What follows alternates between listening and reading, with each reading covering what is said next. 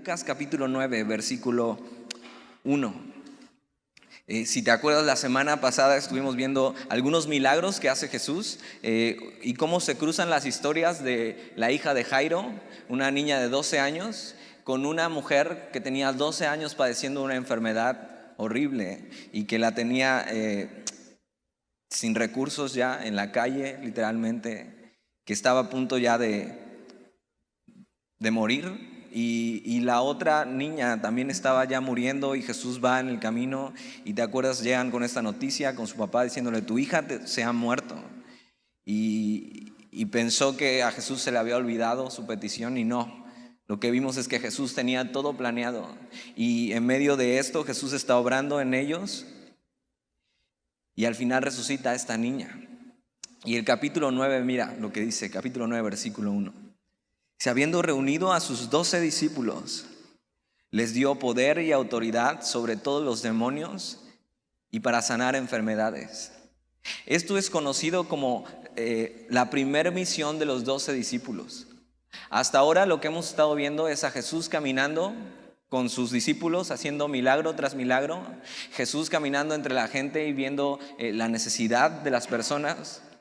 Pero hasta este entonces los discípulos han sido simples aprendices, y viendo lo que Jesús está haciendo y viendo cómo se comporta Jesús, ellos han visto a Jesús liberar personas de demonios, sanar personas enfermas, y han visto el poder y la autoridad de Jesús.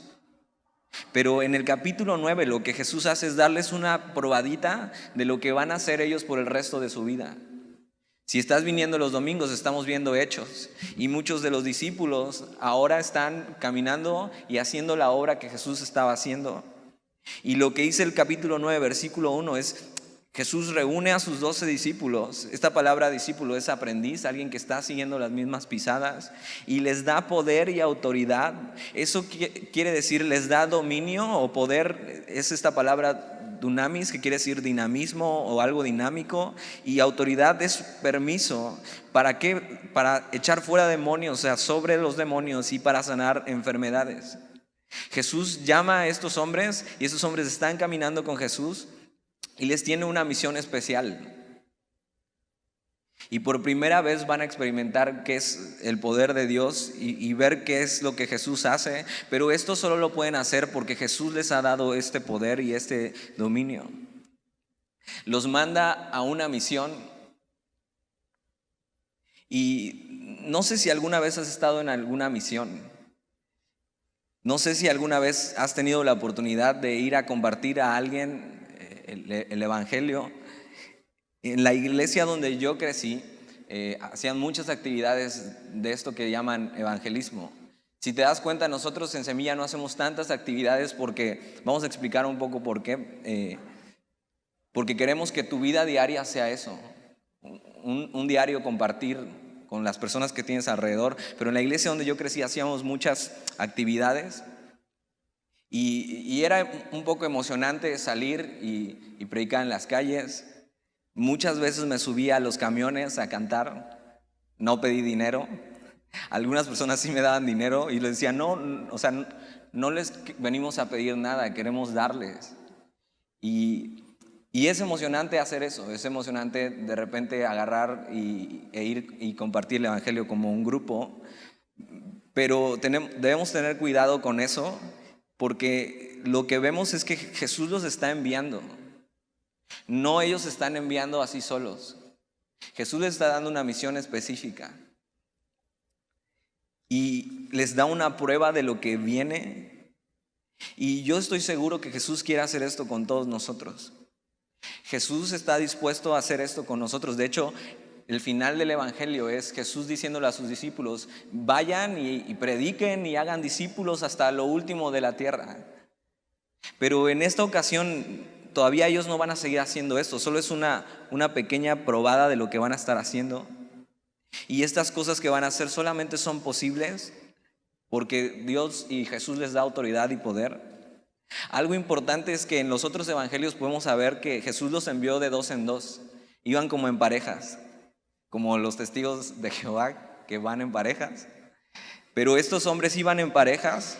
No solo eso, sino que Jesús en otros evangelios les dice que no vayan con los gentiles todavía, sino que vayan solo por las ovejas perdidas de Israel.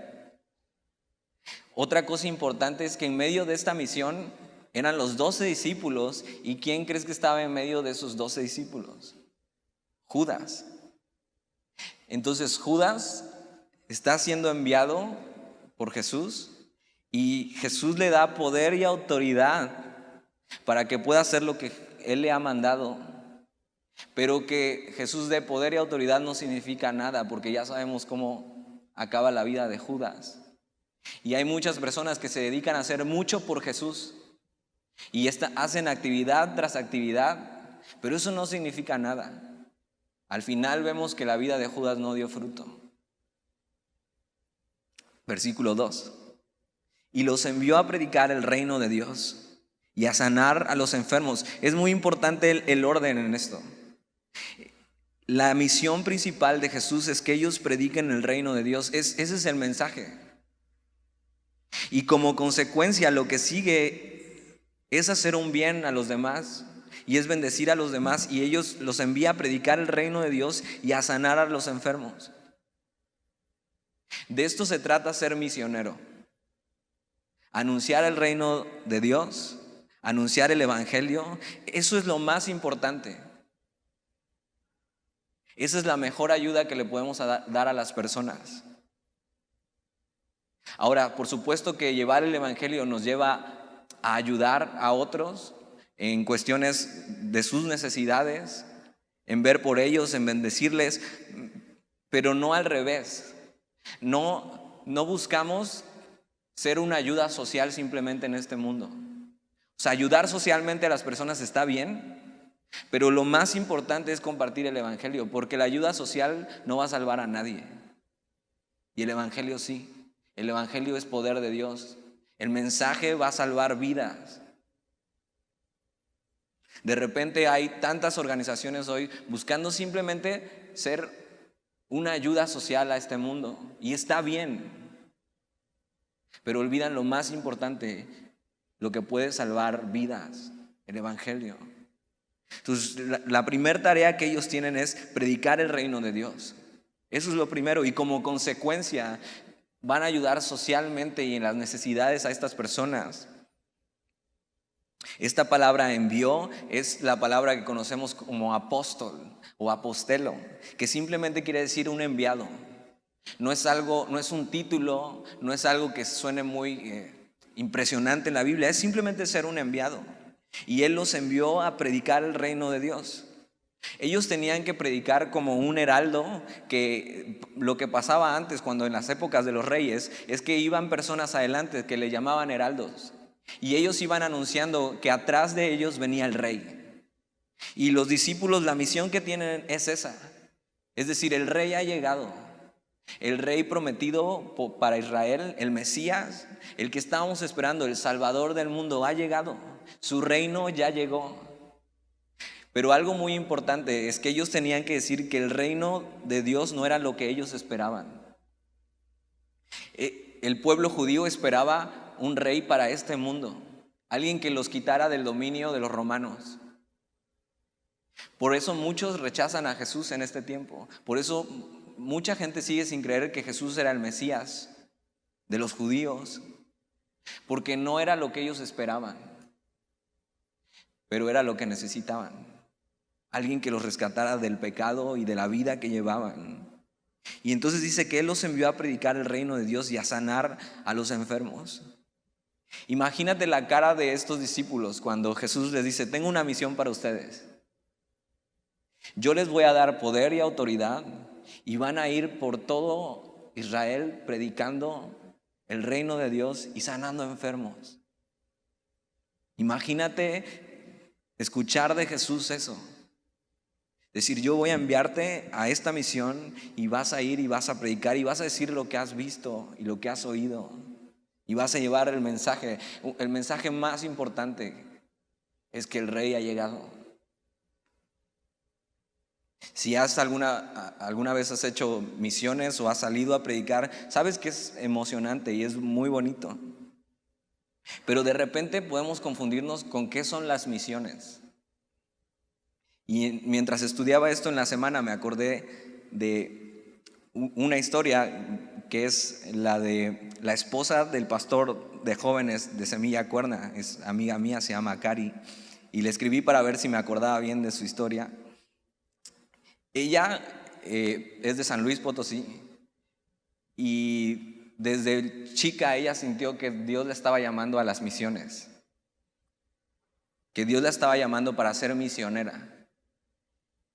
Y cuando pensamos en misiones y en misioneros, pensamos primero en África, en China, en la India, en lugares recónditos, o podría ser en la sierra, en México, donde se necesita.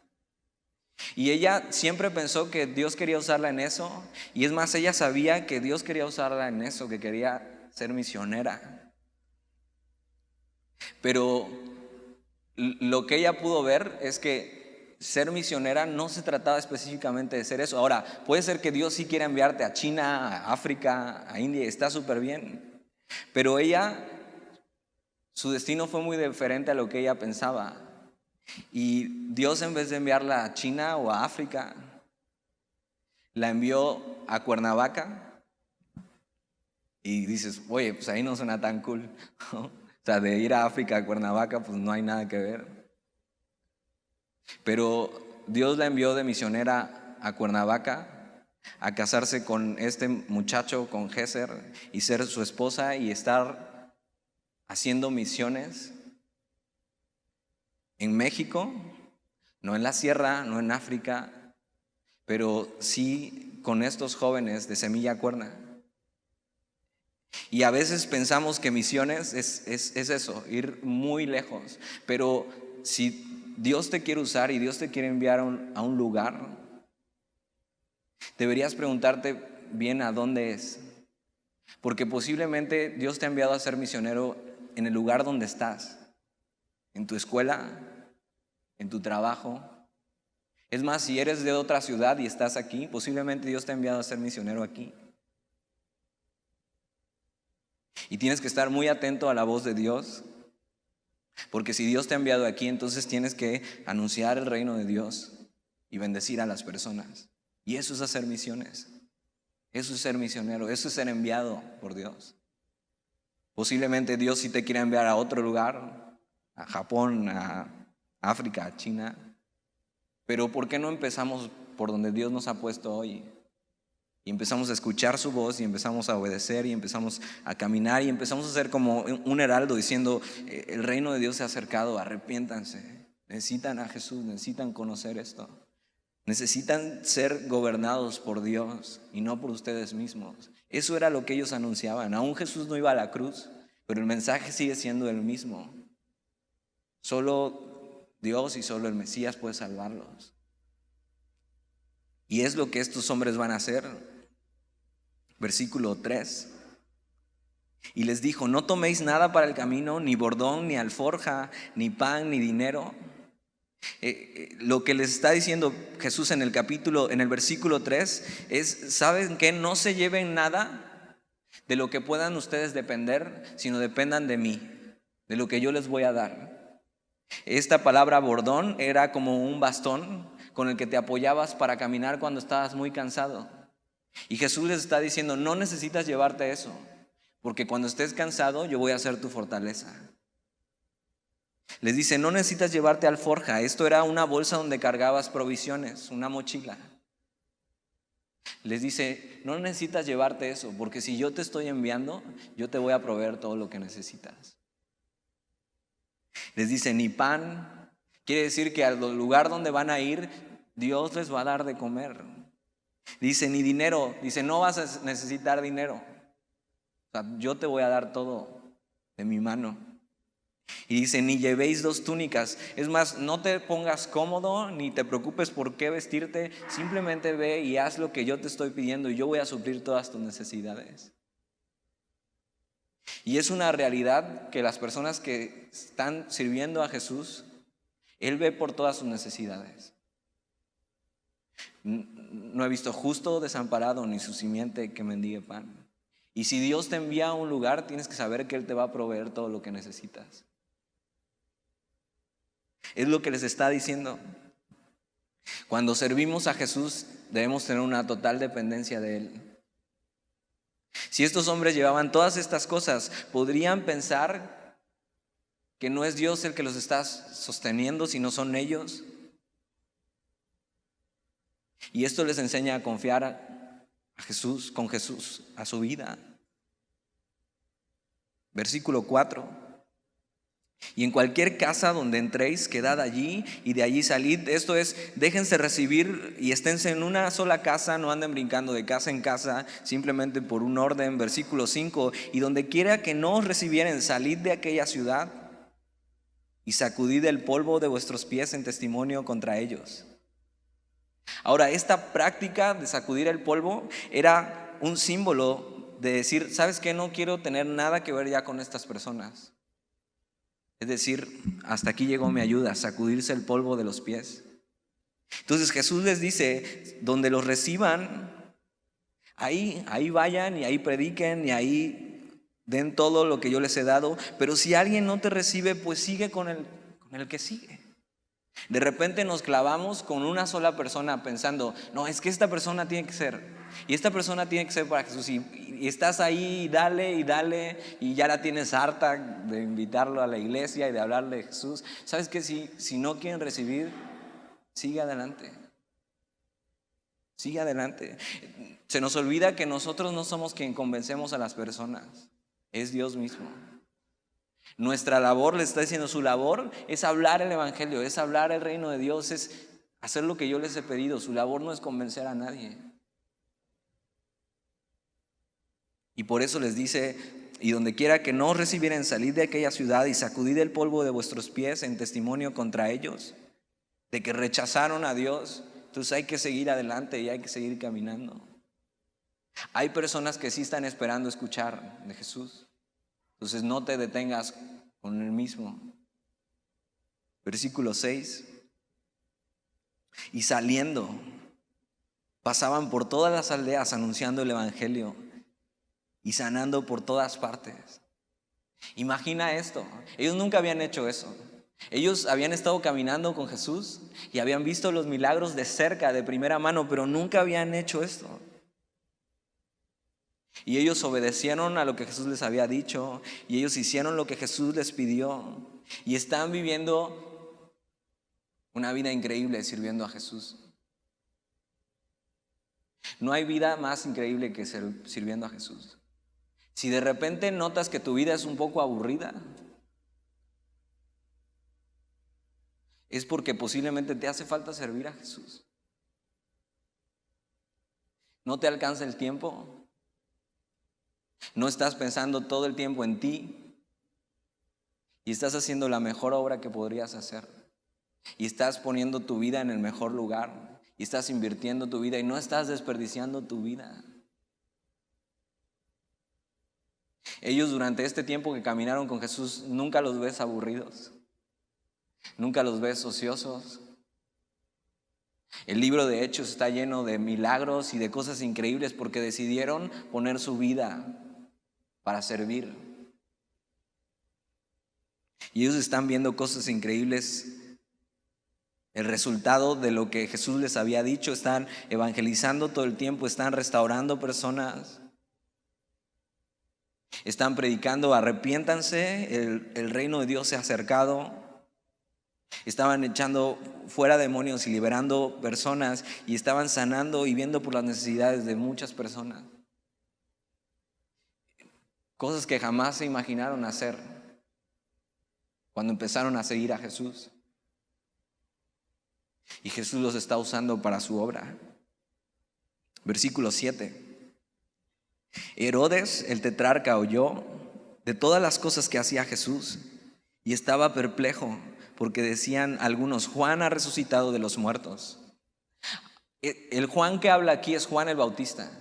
Y tiene más de 2 capítulos que no sabemos nada de Juan el Bautista. Lo último que supimos es que Herodes lo encarceló. Este Herodes el tetrarca, la historia es que Juan lo reprendió por simplemente estar engañando a su mujer y estar haciendo cosas que no debería hacer. Y Herodes entonces la agarró con Juan y lo encarceló. Pero vamos a ver qué le hizo Herodes a Juan el Bautista. Dice que Herodes oyó de todas estas cosas, no solo lo que hacía Jesús, sino lo que ahora estaban haciendo sus discípulos. Y Herodes tiene curiosidad de conocer a Jesús, pero no de conocer su mensaje. Simplemente tiene curiosidad de cómo Jesús hace estas cosas. Versículo 8. Otros decían: Elías ha aparecido, y otros: algún profeta de los antiguos ha resucitado. No entendían bien qué estaba pasando. Ellos se preguntaban quién era Jesús realmente. Pero muchos pensaban que Jesús era un simple hombre más, que era un profeta, que era como Juan el Bautista, que era un Elías, porque en Malaquías dice que antes de que venga el Mesías iba a venir un tipo Elías, como el profeta. Pero no se ponían de acuerdo de quién era Jesús. Más adelante, en este mismo capítulo, vamos a ver que Jesús le pregunta a sus discípulos: ¿quién dicen ustedes que soy? Y es una pregunta que tú tienes que contestarte, pero eso va a ser más adelante. Y están simplemente preguntándose quién es este Jesús, y Herodes simplemente está fuera de sí, no entiende lo que está pasando, porque muchos decían que era Juan el Bautista, pero mira el versículo 9 lo que dice. Y dijo Herodes: a Juan yo le hice decapitar. ¿Cómo dicen que este hombre Jesús es Juan el Bautista si a Juan yo ya lo maté? Entonces, no sabíamos de Juan hasta ahorita. Si te acuerdas, una de las declaraciones más increíbles que hace Juan es necesario que yo mengüe y que Jesús crezca. Y eso se hizo realidad en su vida. Juan no solo murió a sí mismo, sino murió realmente, entregó su vida para que Jesús creciera. Lo que sabemos es que Herodes le entregó a una mujer perversa que le pidió la cabeza de Juan el Bautista en un plato.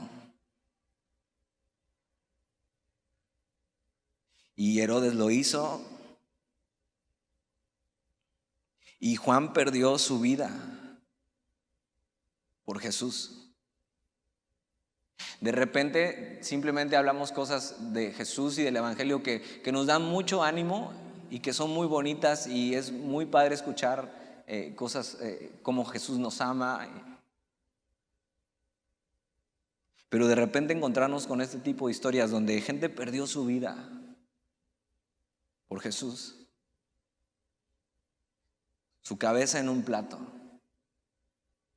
La historia está llena de hombres que perdieron su vida por este mensaje. El libro de Hechos está lleno de eso. De hombres que por traducir la Biblia fueron ejecutados. Y Juan perdió su vida, pero ganó a Cristo. Juan supo que había algo mucho más grande que él, más importante que su vida, más importante que su cabeza, más importante que vivir para él mismo. ¿Qué mensaje sería tan importante como para perder tu vida? ¿Estás de acuerdo? Es un compromiso muy, muy fuerte. Llegar y decir que no me importa morir a mí mismo. Ahora, hoy pues, en México nadie te va a matar por ser cristiano.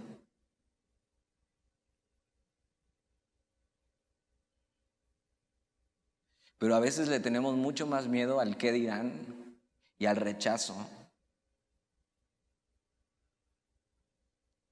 por seguir a Jesús. Y muchas personas que conocen a Jesús no están dispuestos a morir a sí mismos y a entregar su vida, porque posiblemente no has entendido bien quién es Jesús. Porque si entendiéramos bien quién es Jesús, con gusto derramaríamos nuestra vida a sus pies. Juan entendió que Jesús y este mensaje valía mucho más que su vida. Y con gusto abrazó la muerte, diciendo: es necesario que yo mengüe y que Jesús crezca. Es necesario que yo me apague y que Jesús brille. Así es como terminó Juan. Pero en ese momento, cuando Juan fue decapitado y perdió su vida, en ese momento sus ojos ya estaban viendo lo que más anhelaba ver, la gloria de Dios. Si Juan estuviera aquí delante de nosotros hoy, diría: muchachos, vale la pena. Vale la pena vivir para Jesús, pero también vale la pena morir para Jesús.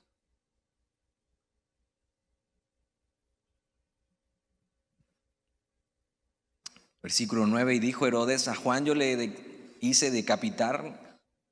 ¿Quién pues es este de quien oigo tales cosas? Y procuraba verle.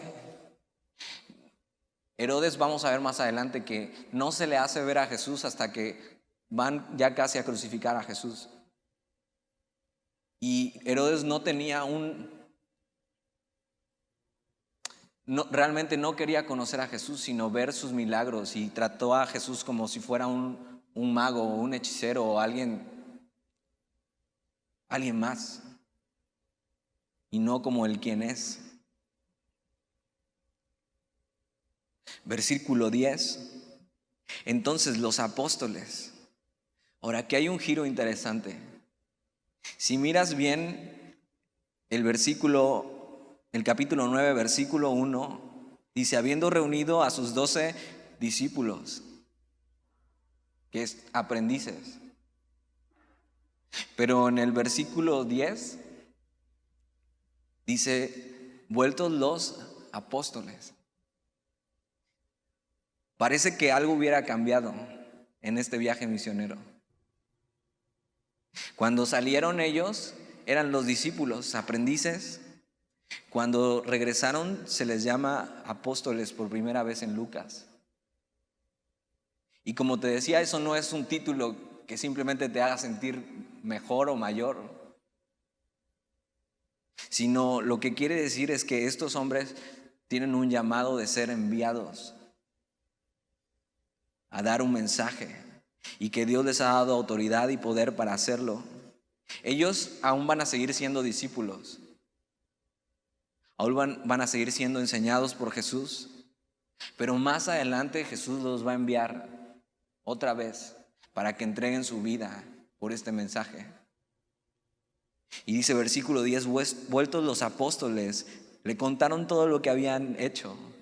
Imagínate, regresar con Jesús y decirle todas las historias que vivieron. En esta semana platicaba con alguien de cuánto tiempo tenemos en Semilla, y vamos a cumplir 5 años. Y si has estado desde el principio y sirviendo con nosotros, estos años se nos han ido volando, haciendo las mismas cosas semana tras semana. Y hemos acumulado en nuestra mochila historia tras historia de ver lo que Dios ha hecho con personas y con nosotros. Y cómo por su gracia hoy estamos aquí.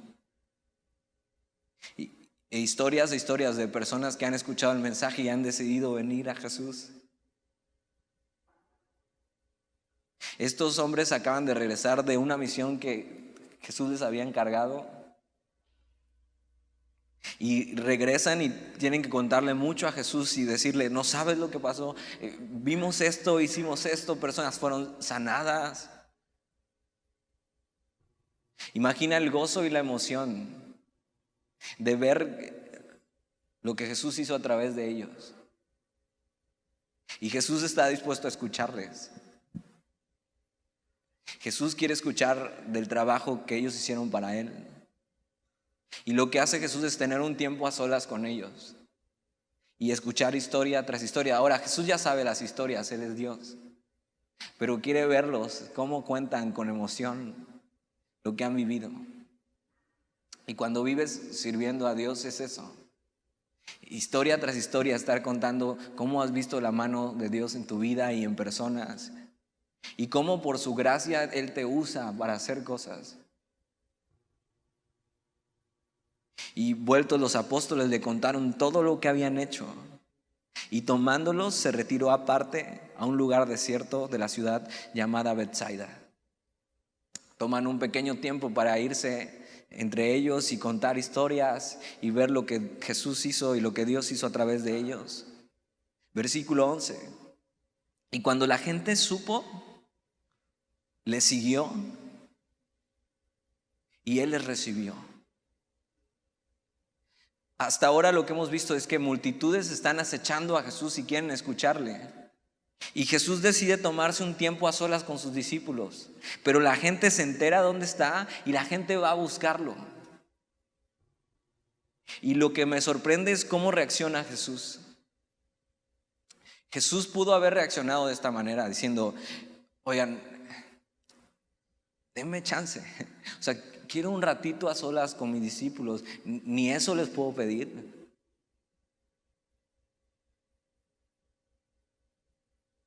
Pero Jesús no ha venido a estar cómodo en este mundo. Jesús tiene una tarea específica que hacer. Y entonces esta gente, cuando supo dónde estaba, le siguió a este lugar desierto, a Betsaida, y Él les recibió. Jesús ya los estaba esperando. Jesús no se saca de onda porque la gente lo interrumpe.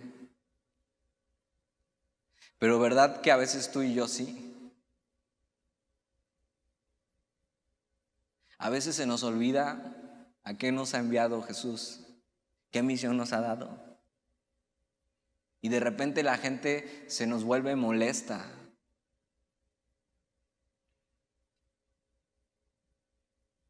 Pero podemos aprender de Jesús. Él, aunque está retirado con sus discípulos, la gente lo sigue y Él los recibe. En otros evangelios lo que vemos que dice acerca de este capítulo es que dice que Él los recibe y ve la multitud y tuvo compasión de ellos, porque los veía como ovejas que no tienen pastor. Ahora piensa un poco eso. Tú, si ya has recibido a Jesús, tú eres una oveja con pastor. Él te está cuidando, Él te está alimentando, estás dentro de su redil, estás seguro, no pasa nada. Si por alguna situación llegas a lastimarte y a caer, Él te va a curar, te va a tomar con delicadeza y va a ver por ti. Las fieras del campo no se pueden acercar a ti porque Él está contigo. Entonces no hay temor, hay seguridad. Es un lecho de rosas estar en el redil de Jesús y ser su oveja. Pero cuando Jesús ve a esta multitud, la ve como oveja sin pastor. Y una oveja es tan frágil que sin pastor lo que le espera es la muerte. Es que las fieras del campo la acechen. Es que se quiebre una pata y no pueda caminar más. Es que se haga daño. Jesús recibe a estas personas porque las ve con la compasión que tú y yo debemos verlas. La gente necesita a Jesús. Necesita estar dentro del redil, necesita estos cuidados que tú y yo tenemos. Tenemos que mirar más como Jesús mira, con compasión. Jesús ha venido a eso. Ahora esto es importante. ¿A qué has venido tú? ¿Cuál es el propósito de tu vida? Porque eso afecta a todo. El propósito de la vida de Jesús era entregarse como un siervo y morir para salvar a muchos. ¿Cuál es el propósito de tu vida?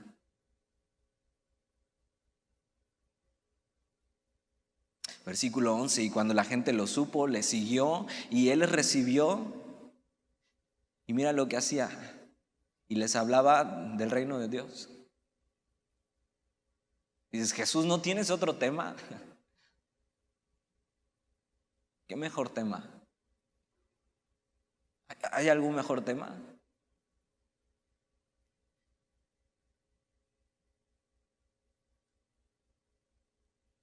Jesús les cuenta de un mundo que no conocemos, pero que Jesús describe y les enseña, les abre como una ventana a lo que es el reino de Dios y a lo que es la eternidad y a lo que es vivir siendo gobernados por Él. Y eso es lo que realmente nuestra alma anhela. Un mundo que no conocemos, pero que sabemos que está y que existe y que espera por nosotros. Donde Dios reina y Jesús reina. Un mundo y una eternidad como Él siempre quiso que fuera.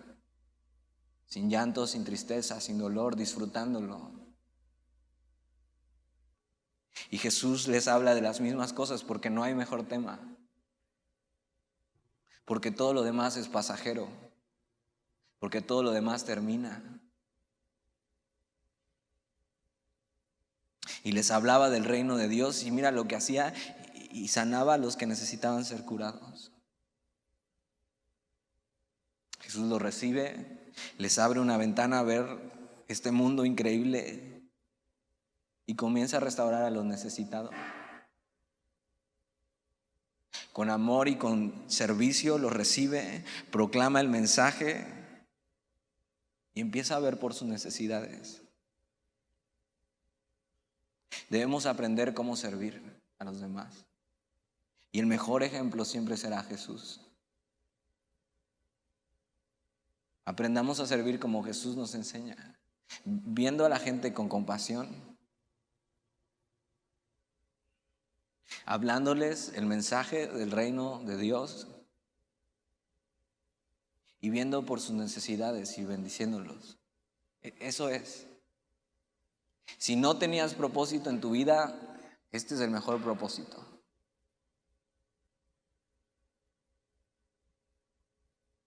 Versículo 12.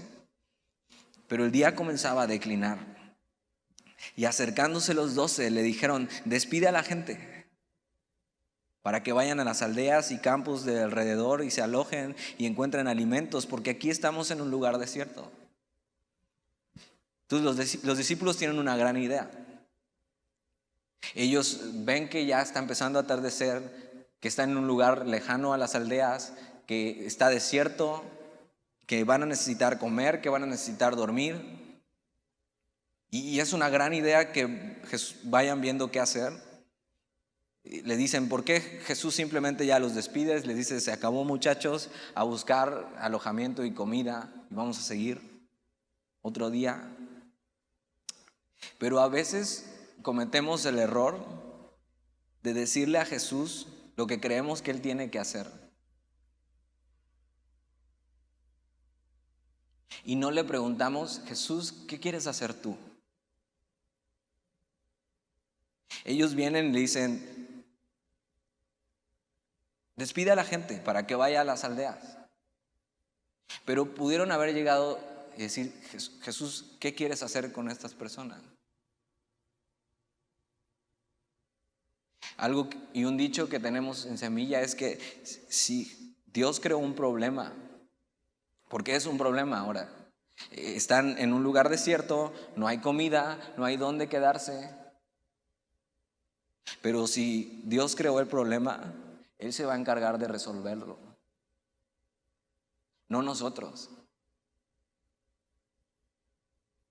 Cuando estábamos en el local chico y llegamos a tener 3 servicios, primero sí nos empezamos a preocupar porque decíamos, ya no cabe la gente, es un lugar muy chico, ¿qué vamos a hacer? ¿Tener 4 servicios en un lugar chico?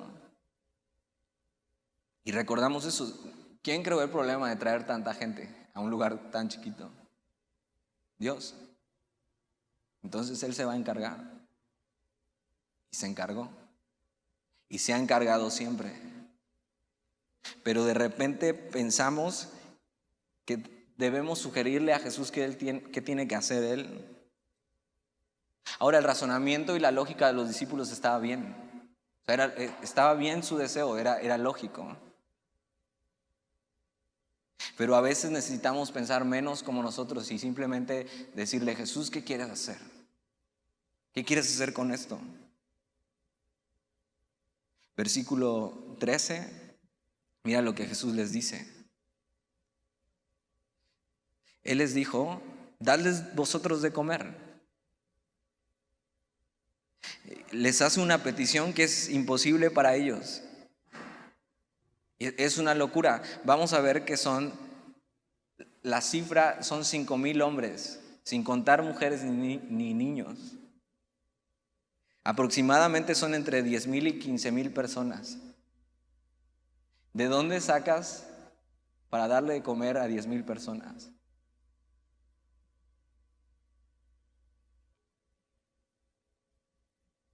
Y Jesús les dice en el versículo 13, dadles vosotros de comer. Y dijeron ellos, no tenemos más que 5 panes y 2 pescados. ¿Y cómo le haces? Eso era el lunch de una sola persona.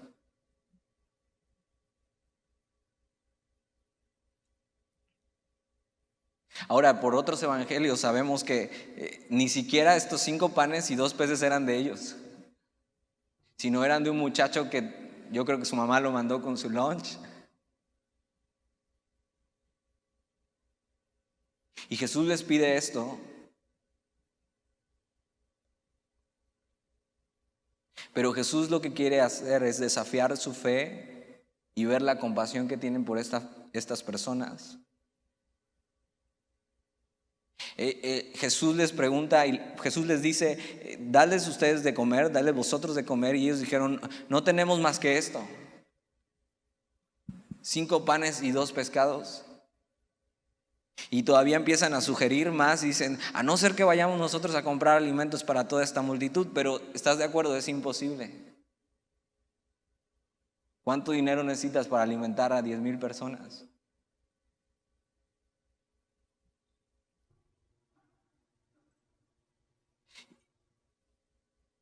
Y Jesús ve lo que ellos tienen en sus manos y es muy poco. Pero vamos a ver que Jesús les dice, denme lo que tienen. Porque afuera y la multitud tiene hambre. Y Jesús les dice, denme ustedes lo que tienen. ¿Qué tienen? 5 panes y 2 peces, démelo. Porque Jesús hace cosas increíbles con muy poco. O con nada. Si tú le das a Jesús lo poco que tienes, Él puede hacer una obra increíble. Hay personas que no dicen, ¿cómo puedo yo servir a Jesús? ¿O qué puede hacer Jesús conmigo? No tengo ningún talento, no tengo ningún don. Cada vez que hablo tartamudeo. No soy bueno para hablar con las personas, me cuesta hacer esto, me cuesta hacer lo otro. ¿Y cuándo se ha tratado de lo que nosotros podemos hacer? ¿Cuándo se ha tratado de nuestros talentos o de nuestros dones? Siempre se ha tratado de lo que Jesús puede hacer en la vida del hombre. Entonces, ¿qué tienes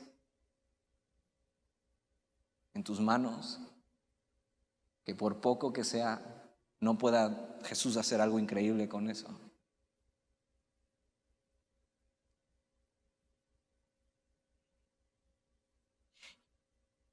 Y en el mundo afuera la gente tiene hambre, como esta multitud. Y el mundo los está alimentando.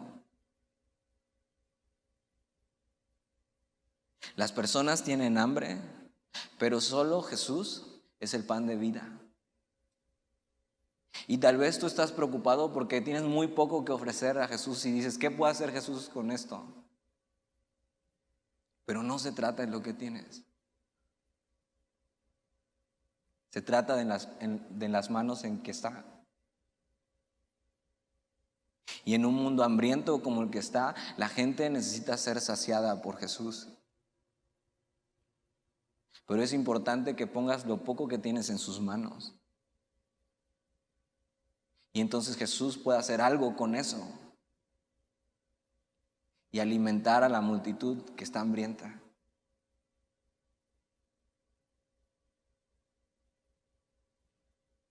Versículo 14. Y eran como 5,000 hombres, ya te había dicho. Entonces dijo a sus discípulos, hacedlos sentar en grupos de 50 en 50. Y a ver cuántos grupos fueron. 5,000 entre 50. Bien. Punto extra. Punto para examen. Entonces hacen 100 grupos de 50 hombres. ¿Por qué hacen esto? Lo que vemos es que a Jesús y a Dios les gusta la organización, les gusta el orden, hacer las cosas con orden, pero no solo eso, sino que al juntarlos por grupos, da como una idea de que fuera un banquete, porque así se hacían los banquetes.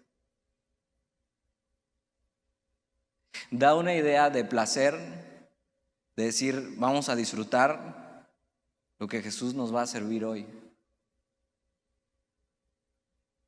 Versículo 15. Y así lo hicieron, haciéndolo sentar a todos. Y tomando los 5 panes y los 2 pescados, lo poco que le dieron, que ni era de ellos. Tomando los 5 panes y los 2 pescados, levantando los ojos al cielo, los bendijo. Siempre que veo un pasaje así, trato de imaginarme cada detalle de lo que está sucediendo. Muchos piensan que Jesús no puede hacer nada con ellos. Pero lo único que necesitas para que Jesús haga algo contigo es poner lo que tienes en sus manos, por poco o nada que sea.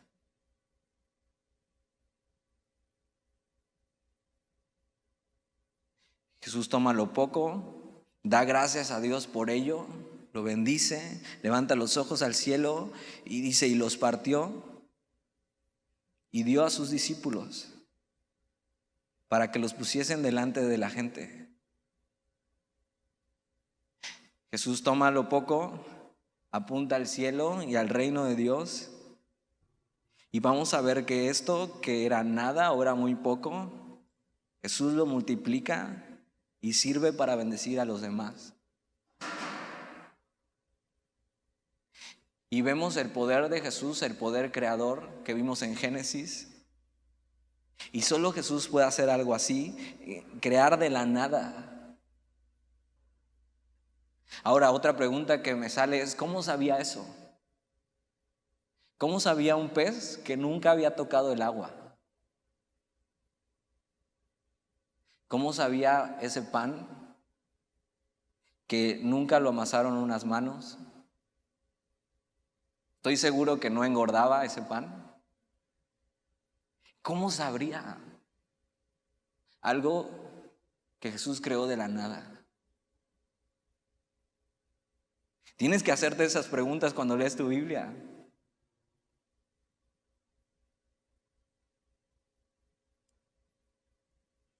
Y Jesús hace un milagro increíble, mostrando la autoridad que tiene aún sobre la creación. Ahora Él hizo este milagro con sus manos, pero usó a sus discípulos. a pesar de que no tenían nada o tenían muy poco, a pesar de que los peces ni eran suyos. Jesús los usó para alimentar a la gente. Jesús es capaz de proveernos de recursos que ni existen, pero en sus manos es posible. Hay personas que les cuesta creer este tipo de cosas en la Biblia, que cuestionan todo y que dicen, o sea, ¿cómo va a pasar eso? O sea, es imposible. Hay personas que no creen eso, que no saben ni despejar X, pero entonces cuestionan a Dios acerca de lo que Él puede hacer o no.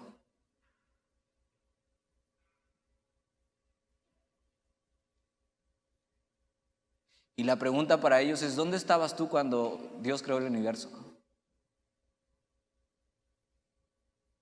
¿Dónde estabas tú cuando te formó en el vientre de tu madre? Es más, ¿cómo pasó eso? ¿Qué hiciste tú para formarte dentro de tu madre? Las personas que cuestionan este tipo de cosas en la Biblia es porque simplemente han decidido no creer en el Dios que nos da evidencia día tras día de que hay un creador.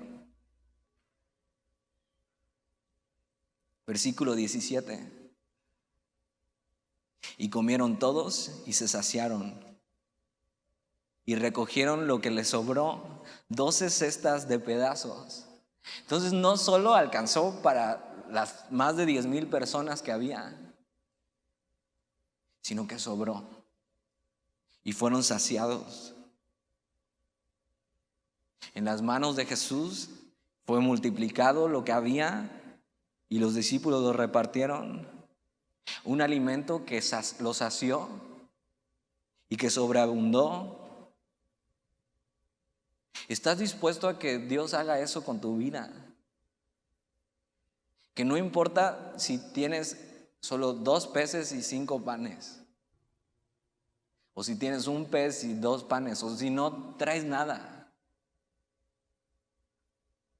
Si Jesús te dice dámelo y lo pones en sus manos, Él puede hacer algo así en tu vida y usarte para alimentar a las personas que están hambrientas de este pan de vida.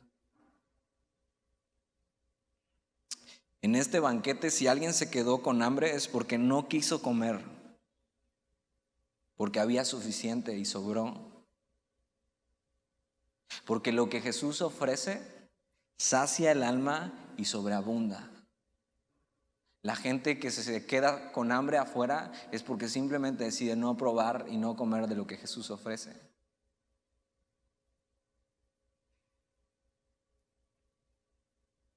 No te pierdas de ver lo que Jesús puede hacer con tu vida. Por insignificante que creas que es, ponle en sus manos. Él la va a usar. Este mundo tiene hambre de Jesús. Y hoy si tú estás aquí y no conoces a Jesús y tienes hambre, hoy puedes venir a Él y saciarte y ver que sobreabunda.